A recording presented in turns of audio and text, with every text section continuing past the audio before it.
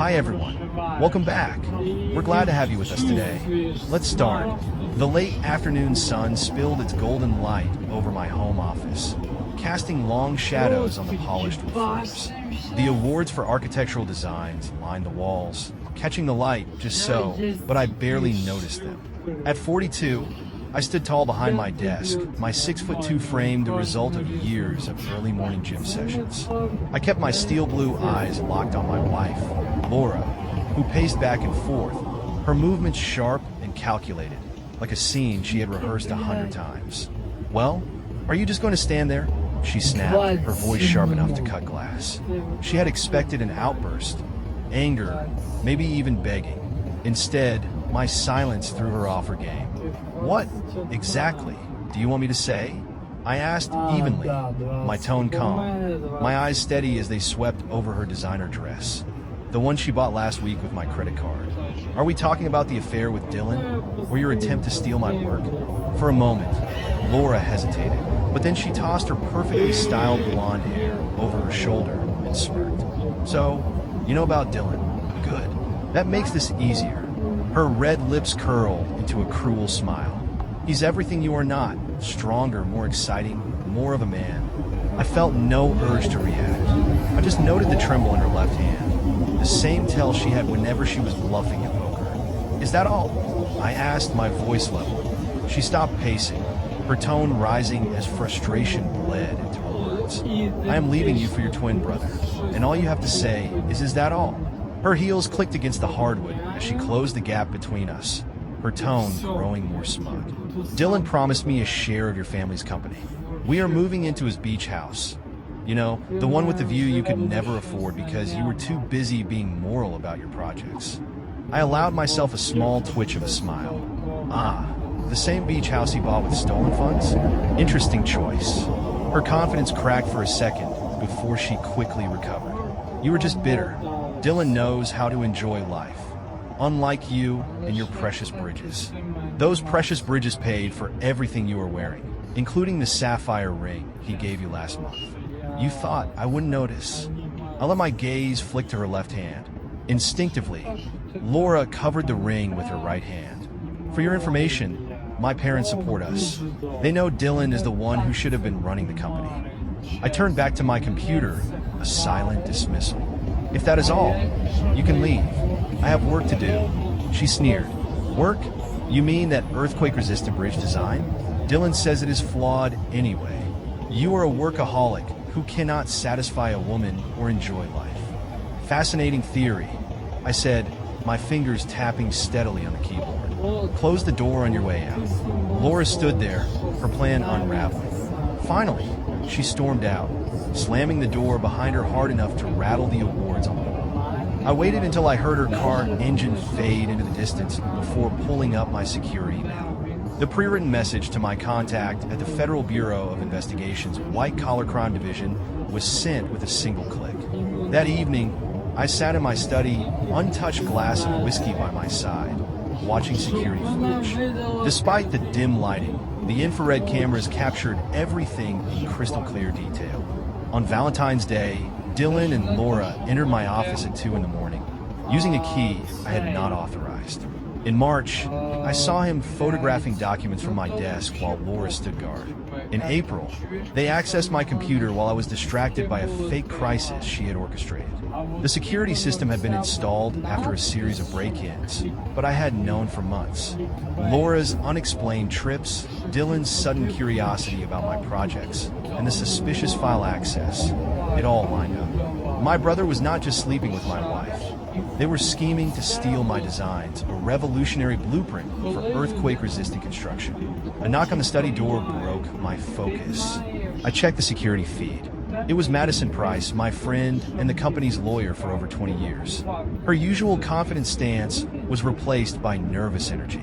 "Come in, Madison," I said without getting up, watching her clutch her designer bag like a shield.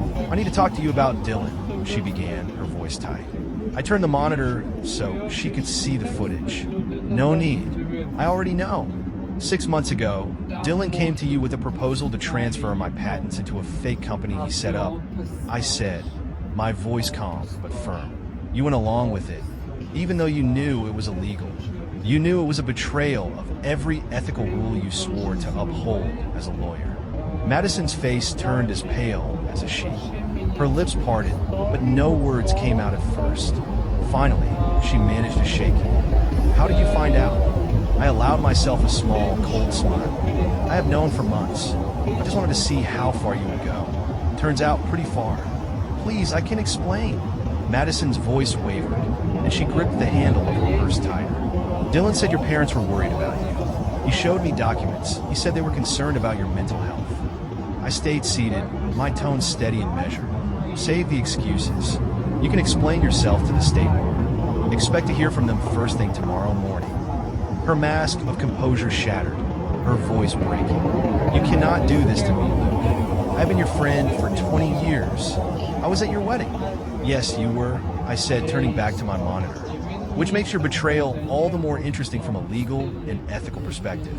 I am sure the disciplinary board will find it fascinating. I did not look up as I gave my final words. Close the door on your way out. Madison stood frozen for a moment, her mouth moving like she wanted to say something, but nothing came. Eventually, she turned and hurried out of my study. I waited until I heard her car pull out of the driveway before reaching for my phone. A few taps opened a secure messaging app. Everything is proceeding as expected. I typed, initiate phase 2 tomorrow morning. The reply was immediate. FBI team standing by. Operation begins at 9 o'clock sharp. Later that evening, I sat in my study, a glass of whiskey still untouched on the desk beside me. The security footage played on my monitor, showing months of betrayal in crisp detail. Dylan and Laura sneaking into my office at odd hours. Dylan photographing my designs. Laura keeping watch while he installed malware on my computer. My security system had caught it all. They thought they were clever, but I had been watching. I had known something was off for a long time. The unexplained absences, the sudden interest in my projects, none of it added up. They had underestimated me, and tomorrow morning, they would find out just how badly. The next day, I arrived at the corporate headquarters of Hale Engineering Group 10 minutes before the board meeting. The building, a sleek skyscraper downtown, was one of my early designs. I walked into the executive conference room, wearing a perfectly pressed charcoal suit, every movement deliberate and steady. The room went quiet. My parents, Richard and Eleanor Hale, sat at the head of a long table. Dylan was there too, looking smug in an expensive suit that barely hid his soft frame. Their faces changed the moment they saw me. Guilt and shock mixed with something else. Unease. Richard cleared his throat, forcing a smile. Luke, we did not expect you today. Considering everything with Laura, we thought you might take some time off. I set my briefcase on the table with careful precision. Before we discuss my personal life, I think we should address company business. Dylan tensed. His knuckles turned white as he gripped the edge of the table. I continued, specifically the unauthorized access to my designs, the attempted theft of patents, and the fake company Dylan set up to sell my work to our competitors. Dylan shot to his feet, his chair scraping loudly against the floor. This is ridiculous.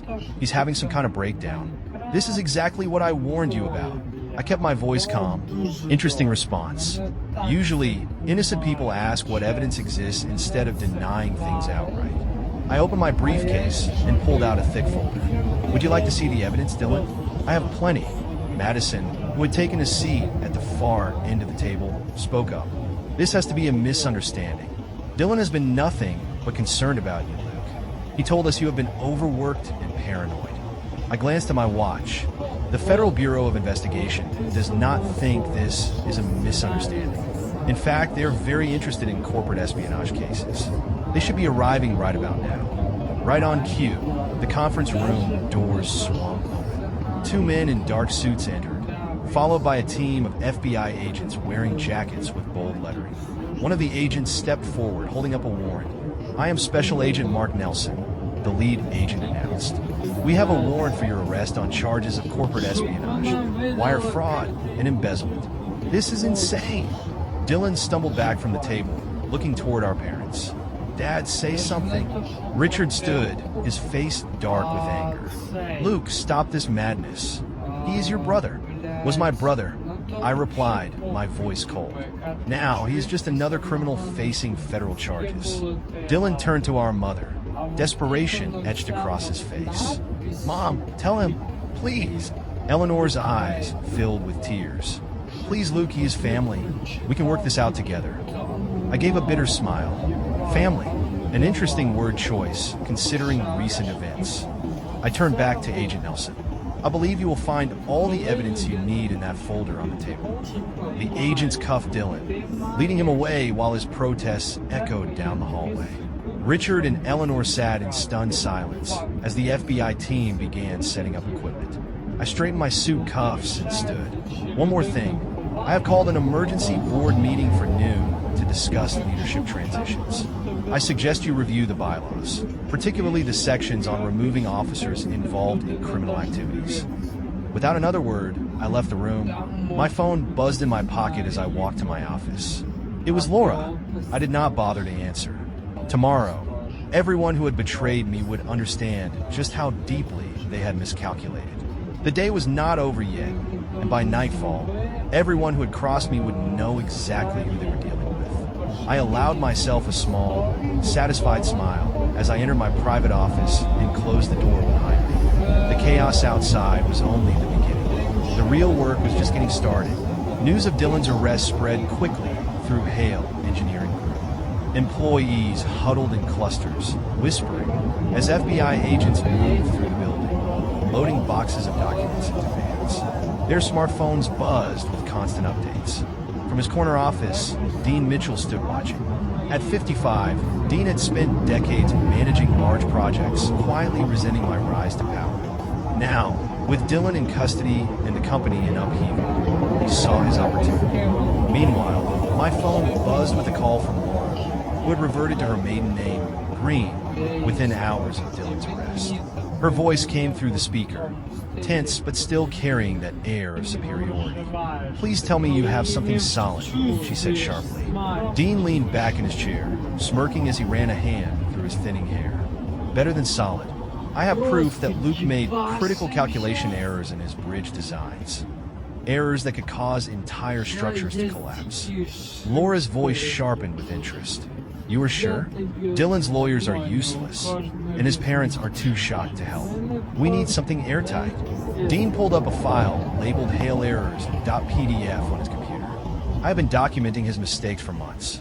Once I present this to the board, they will have no choice but to remove him. I have already scheduled an emergency meeting for tomorrow morning. Perfect, Laura said with a smug laugh. Dylan always said Luke was unstable, brilliant, yes, but paranoid. If we paint this as a mental breakdown, the whole investigation will look like his delusion. Dean chuckled, his confidence growing. And once he is out, the board will need someone experienced to stabilize things. Someone like me. Laura's tone shifted to sweet persuasion. I am sure Dylan will be very grateful once this misunderstanding is cleared up. Dean hung up, his chest swelling with satisfaction. He had waited years to see me fall, and now, with doctored files and a carefully laid plan, he thought his time had come. Sitting at my desk, I watched every word of their conversation from my security feed. Dean had no idea that I had installed cameras in strategic locations years ago. Let them call it paranoia. I called it preparation. A knock on my office door broke my focus. Come in, I called. Sarah Lynn, my executive assistant, stepped inside. She carried a folder against her chest, her professional demeanor steady, though concern flickered in her eyes. The public relations team needs your response to the press inquiries, she said, and Dean has scheduled an emergency board meeting for tomorrow morning. I smiled faintly. What is the agenda? Sarah hesitated. Project safety and leadership stability. There are also rumors about your mental health. Dean's assistant hinted at some kind of documentation. I nodded.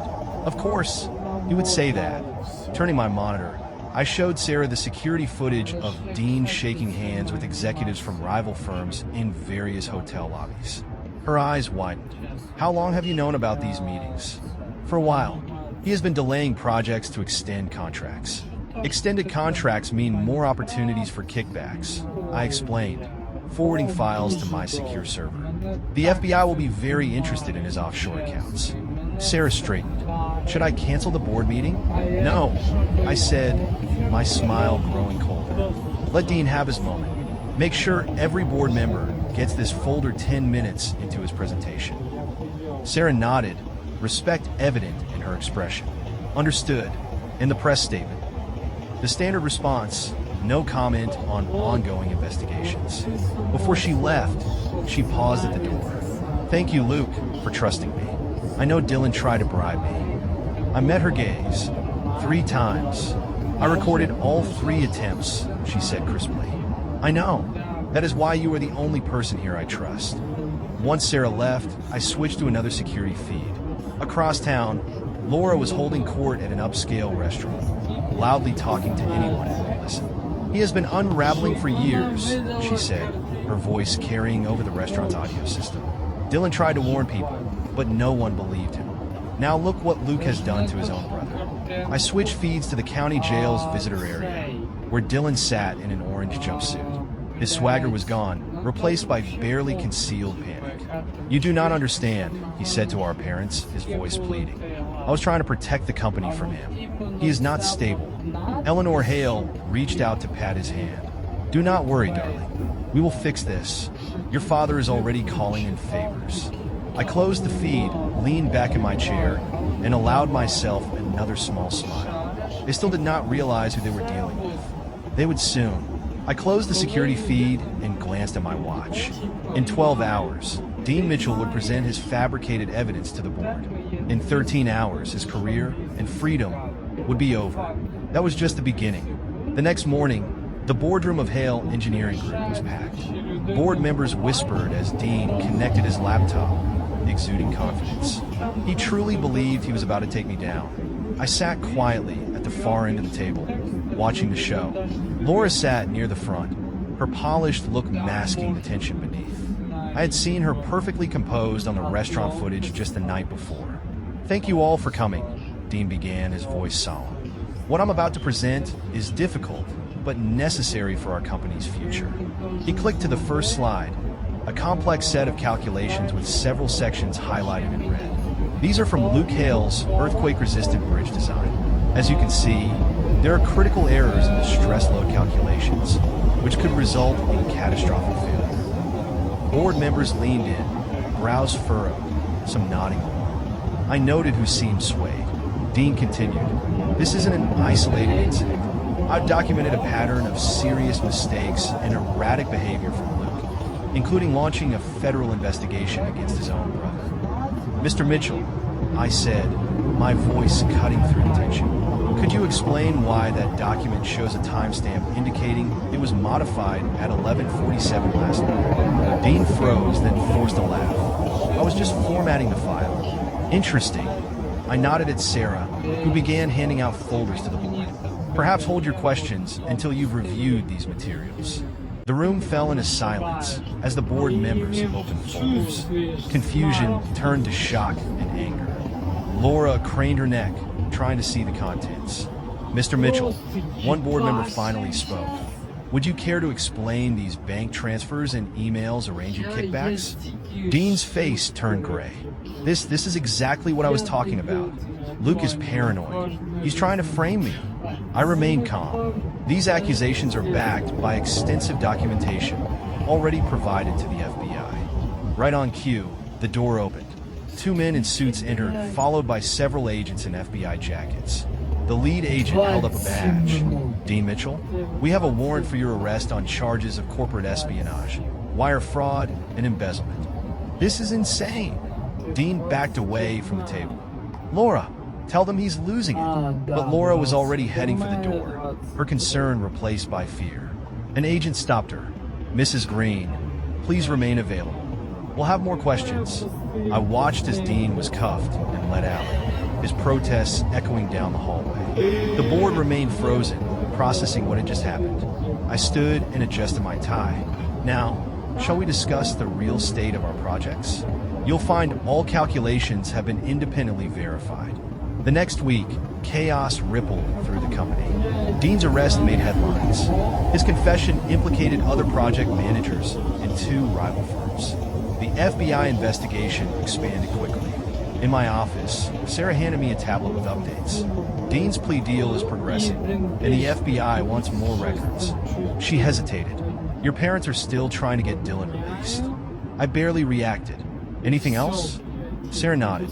I found something in the archives, shared transfer agreements from 5 years ago. Your parents secretly transferred 15% of company to Dylan. I studied the document. Did they think I wouldn't find this? There's more. Sarah pulled up another set of files. The transfers weren't reported properly, and there are tax irregularities going back a decade. I forwarded the files to a secure address. The IRS will be very interested. Sarah tilted her head. Do you want me to schedule a meeting with them? No, I replied, turning back to my desk. They'll have more pressing concerns soon. The IRS will be very interested in this, Sarah said, her voice steady. Should I schedule a meeting with your parents to discuss the transfers? No need, I replied, turning back to my computer. They will have more pressing concerns soon. Sarah nodded in understanding, but paused at the door. Laura has been trying to reach you. She says she has new information about Dylan's activities.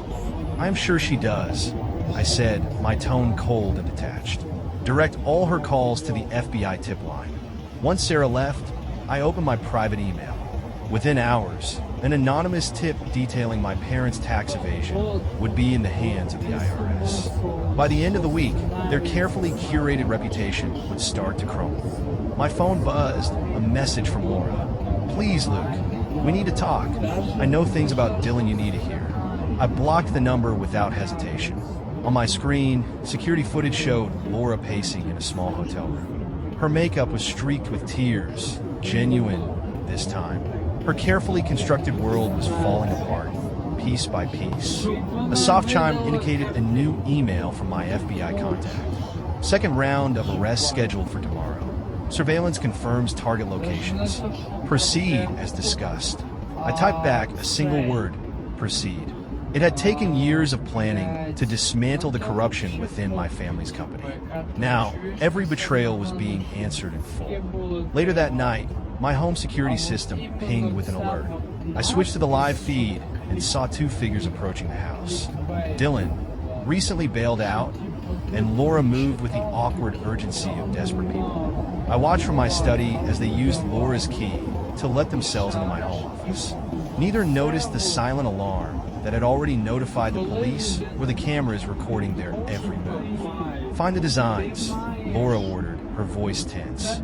Her disheveled appearance told me the stay in jail had taken its toll. We need to destroy the originals before the FBI processes the evidence. They are not in the safe, Laura continued, frantically pulling open drawers. Keep looking. Dylan grabbed a stack of papers and began shredding them by hand. His movements were frantic, almost manic. Once these are gone, it is our word against his. We can spin this as his paranoid breakdown. The office door slammed shut with an electronic buzz, and the lights flooded the room. Both intruders froze, spinning toward the sound. Police! Hands where we can see them. I watched through the security feed as Dylan and Laura were cuffed. Their faces shifted from shock to horror as they realized the papers they had shredded were decoys. The real designs had been secured off-site months ago, along with backup copies of all the evidence against them. My phone buzzed with a call from the police sergeant. Mr. Hale, we have apprehended 2 intruders. Would you like to press charges? The FBI will want to add this to their existing case, I replied calmly. I will send over my security footage. I ended the call, watching as Dylan and Laura were led to separate police cars. Their betrayal was complete, and now so was their downfall. The next morning, the federal courthouse loomed against the skyline. Dylan, once arrogant and flashy, shuffled toward the building in shackles. His designer suit had been replaced with an orange jumpsuit, his swagger gone. Outside, the media swarmed. Cameras flashed, and reporters shouted questions about the charges of corporate espionage and embezzlement. Inside, I stood with Special Agent Nelson in an observation room, watching Dylan through the one-way glass.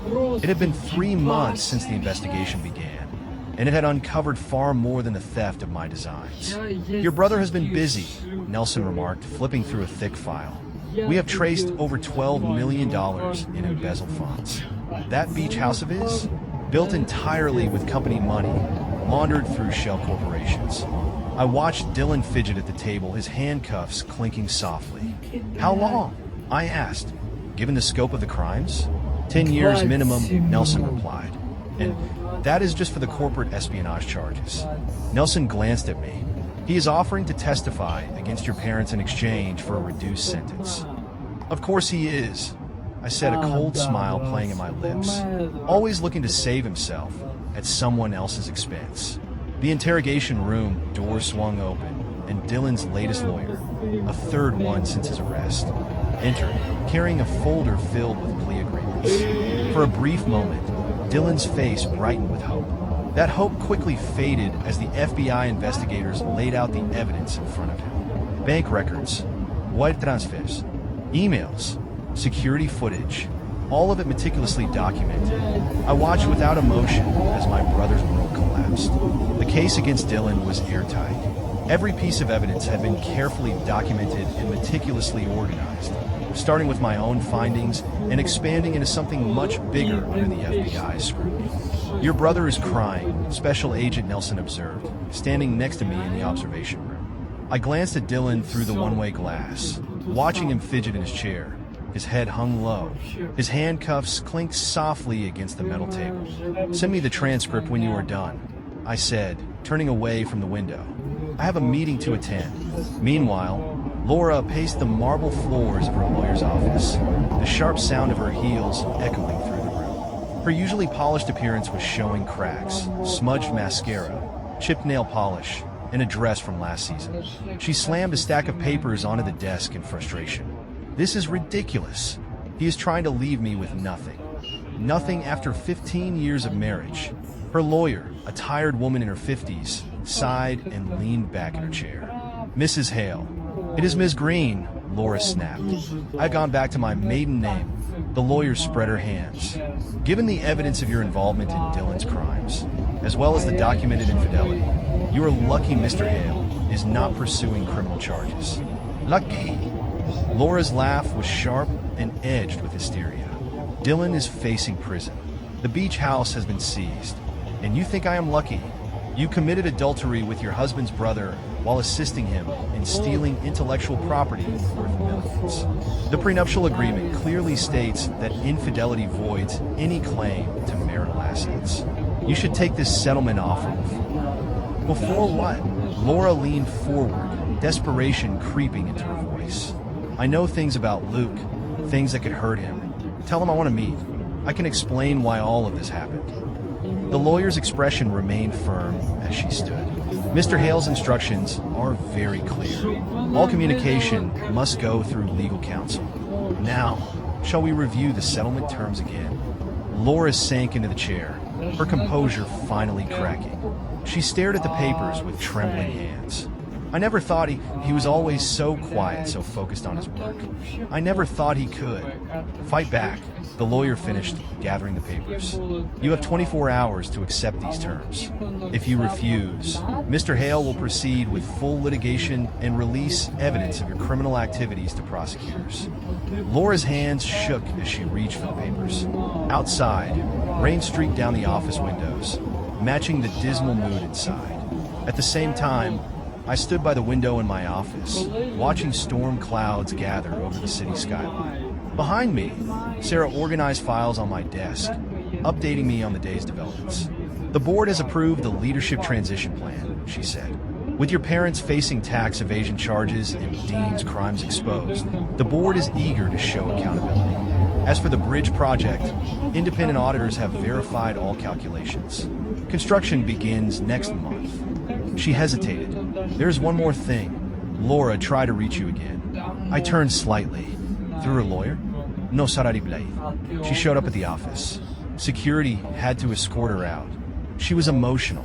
Said you did not understand why things happened the way they did. Did she? My voice remained neutral. Send the security footage to her attorney. It will be useful when we file the restraining order. Sarah nodded, but lingered for a moment. Your parents called too. The IRS has frozen their assets. They're asking for help. I turned back to my desk, reviewing construction permits. My tone did not change. Interesting timing. They did not ask for my help when they were transferring shares to Dylan. Should I respond? Sarah asked. No need, I said flatly. Their new reality is not my concern. The intercom buzzed. Mr. Hale, the FBI agents are here for your final statement. I straightened my tie. Send them in. Special Agent Nelson entered, flanked by 2 other agents, all carrying thick files stamped with federal seals. Mr. Hale, Nelson began, setting a folder on my desk. We have completed our investigation into Dylan's activities. The charges include corporate espionage, wire fraud, and embezzlement. He is looking at a minimum of 10 years. Nelson flipped through the documents. The embezzlement investigation is ongoing, but we have traced funds back nearly a decade. We will need your official statement regarding when you first noticed discrepancies. I signed where indicated, my signature precise and controlled. Will there be a trial? I asked. No, Nelson replied. He has accepted a plea deal. 10 years in federal prison, full restitution, and cooperation with ongoing investigations. Nelson collected the signed papers and added, Dylan tried to implicate you in a few schemes, claiming you were mentally unstable, but the evidence says otherwise. I stood, my expression calm. Will you need anything else? That is all, Nelson said, pausing at the door. Mr. Hale, I have been working financial crimes for 20 years, and I have never seen anyone document their enemies' actions this thoroughly. You knew this was coming, did you not? A faint smile tugged at the corners of my mouth, though it never reached my eyes. I believe in being prepared, Agent Nelson. Good day. Once they left, I returned to the window, watching the rain clear as the clouds began to part. The storm clouds had cleared, and sunlight poured over the city skyline. It was fitting. Light after darkness, rebuilding after destruction. I glanced at my phone, buzzing once again with a call from Laura. Her tearful voicemail was the same plea I had heard before. I deleted it without listening. On my desk, the architectural plans for my earthquake-resistant bridge design awaited my final approval. That bridge symbolized more than just innovation. It represented the future, one that belonged to those who planned for it. 1 year later, I stood before a crowd of reporters and dignitaries at the grand opening of the completed bridge. Sunlight glinted off the sweeping curves of the structure, a marvel of engineering. The bridge was already being studied at universities worldwide as a breakthrough in earthquake-resistant design. Mr. Hale, a reporter called out from the crowd. How does it feel to see your design become a reality? I gazed at the bridge for a moment, letting the question hang in the air. It had cost me plenty, and it had cost my betrayers everything. It feels like justice, I finally said. The ceremony continued smoothly. Politicians gave their speeches, ribbons were cut, and photographers captured the moment. My design was now officially open to the public.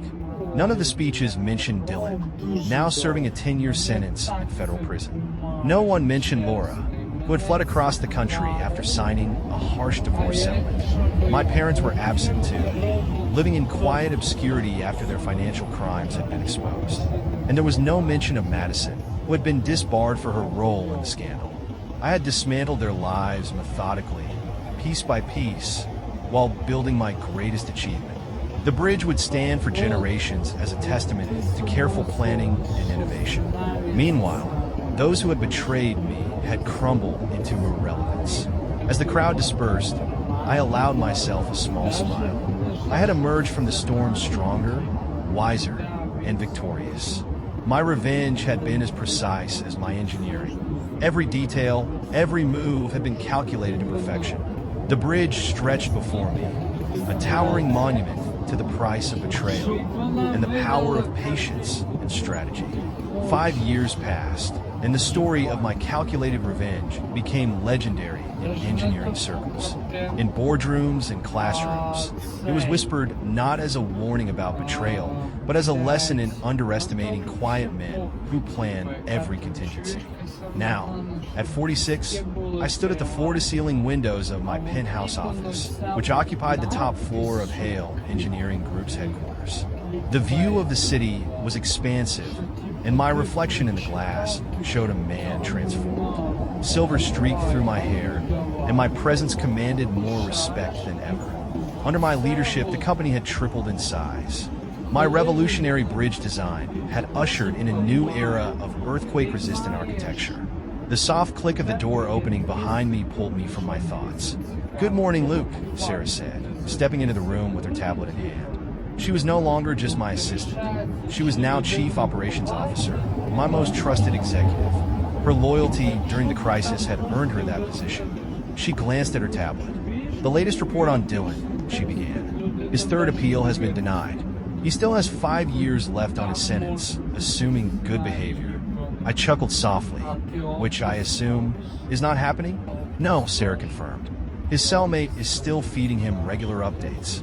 I smirked, watching my reflection smile faintly in the glass. Dylan spends most of his days in the prison library, writing long letters to industry contacts. No one responds to him anymore. He even tried to publish a memoir, claiming he was framed. I arched a brow, and no publisher would touch it after our legal team reached out. Sarah paused for a moment, scrolling through her notes. "Tessa is working as a real estate agent in Phoenix now. Her third attempt at a luxury lifestyle comeback failed." "Why?" "Potential clients keep finding news articles about her role in the corporate espionage case," Sarah replied with a hint of satisfaction. "She tried dating another wealthy executive last month, but an anonymous tip ended that quickly." I shook my head. "In the settlement?" "Still ironclad," Sarah said. "She cannot profit from any tell-all books or interviews." "What is she doing now?" "She is living in a one-bedroom apartment and driving a 10-year-old Ford," Sarah answered. I turned away from the window. "And my parents? They're still in that small condo in Florida," she said. "Your father has been trying to consult for engineering firms, but no one wants a tax evader advising their projects." I nodded, unsurprised. "And my mother?"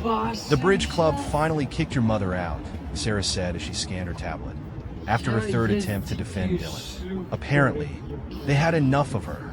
I allowed myself a small, satisfied nod. "And Madison?" "She's working as a paralegal in Nebraska now," Sarah continued. "After her disbarment, she tried to reapply to the bar last year. Unfortunately for her, the ethics committee received an anonymous package detailing her role in the patent theft attempt." I smiled slightly. "And the result?" "Application denied." Sarah's expression mirrored mine, the satisfaction clear in her voice. I leaned back, taking in the reports on my desk. "And the company?" "Stocks are up 300% since you took full control," she reported. "The Hale method for earthquake-resistant design is being taught in engineering programs worldwide. We've secured contracts across 3 continents, and Engineering Monthly named you the most innovative structural engineer of the century." She scrolled further. "Oh, and about Dylan's beach house, the one the FBI seized. We bought it at auction for next to nothing. Demolition starts next week. The land will be donated to the city for a public park, named after your bridge design." My smile widened. "Make sure the demolition is filmed," I said, "and send the footage to Dylan. It will be a good reminder of what betrayal costs." Sarah nodded. "The industry dinner is tonight. They're presenting you with a Lifetime Achievement Award." "Any advice from the board?" I asked as I adjusted my custom suit. "Several members suggested you might want to mention reconciliation with your family. You know, forgiveness and all that." I chuckled quietly. Interesting suggestion, especially coming from people who only kept their positions by proving they had no knowledge of Dylan's crimes. Sarah's phone buzzed, and she checked the update. "News from Phoenix. Laura just lost another job. Her employer discovered her history. She's asking her lawyer to contact you about revising the divorce terms." I shook my head. "The standard response?" "Already sent," Sarah confirmed. "All terms are final, as per Section 8.3 of the agreement." She hesitated, then added, "She included a note saying she misses you. Claims she's changed." My laugh was cold, devoid of warmth. 5 years later, and she still thinks emotional manipulation will work? "She's also still lying to her therapist about her recovery," Sarah noted. "Shall I forward the message to the therapist?" "Do it." Sarah made a quick note before looking up again. "One last thing about that junior engineer you promoted last month. Turns out he's been sharing project details with a competitor." I didn't flinch. "Handled. Anonymous evidence has already been sent to the competitor's board. They'll fire him by the end of the day, citing ethical concerns." "Fitting," Sarah said, her tone matching mine, "considering he tried to play the same game as Dylan." I glanced at my watch. The awards ceremony? The car is downstairs, ready to take you there. You're giving the keynote on building foundations of trust. Her voice carried a subtle hint of irony. How fitting, I replied, considering the circumstances. As we headed toward the elevator, Sarah glanced at her tablet one final time. Update from the prison. Dylan applied to join the engineering education program. The warden denied his request after receiving an anonymous letter detailing his corporate espionage history. I gave a slight nod. Good. The elevator doors closed, and we descended toward the waiting car. 5 years had passed, and my revenge continued to unfold precisely as I had planned. Each careful move had diminished my betrayers a little more. They had crumbled while I thrived. Tonight, I would accept yet another accolade. My success was a constant reminder of what happens to those who underestimate me. In their modest Florida condo, my parents would watch the ceremony on television, knowing they had lost everything. Dylan would read about it in his prison cell, trapped in the very fate he had tried to force upon me. Laura would see it on social media, her attempts to rebuild her life continuing to fail. And Madison would file it away in the legal documents she processed for others, knowing her own career was forever over. And me? I would keep building my empire, my reputation, my legacy. The sweetest revenge was not just in destroying those who betrayed me. It was thriving while they withered. It was building monuments while they languished in obscurity. It was ensuring that every day of their lives, they were reminded of the moment they tried to destroy me, never realizing they were only laying the foundation for their own downfall. Sarah held the car door open for me. I smiled, the expression as deliberate and precise as every blueprint I had ever drawn. The car pulled away from the curb, carrying me toward yet another triumph. Meanwhile, somewhere in a prison cell, a small apartment, a Florida condo, and a Nebraska legal office, my betrayers faced yet another day of living with the consequences of underestimating a quiet man who planned in silence and struck without mercy. Their betrayal had cost them everything. My revenge had given me the world. Dear listeners, please share your thoughts in the comments. And don't forget to subscribe to our channel. See you soon.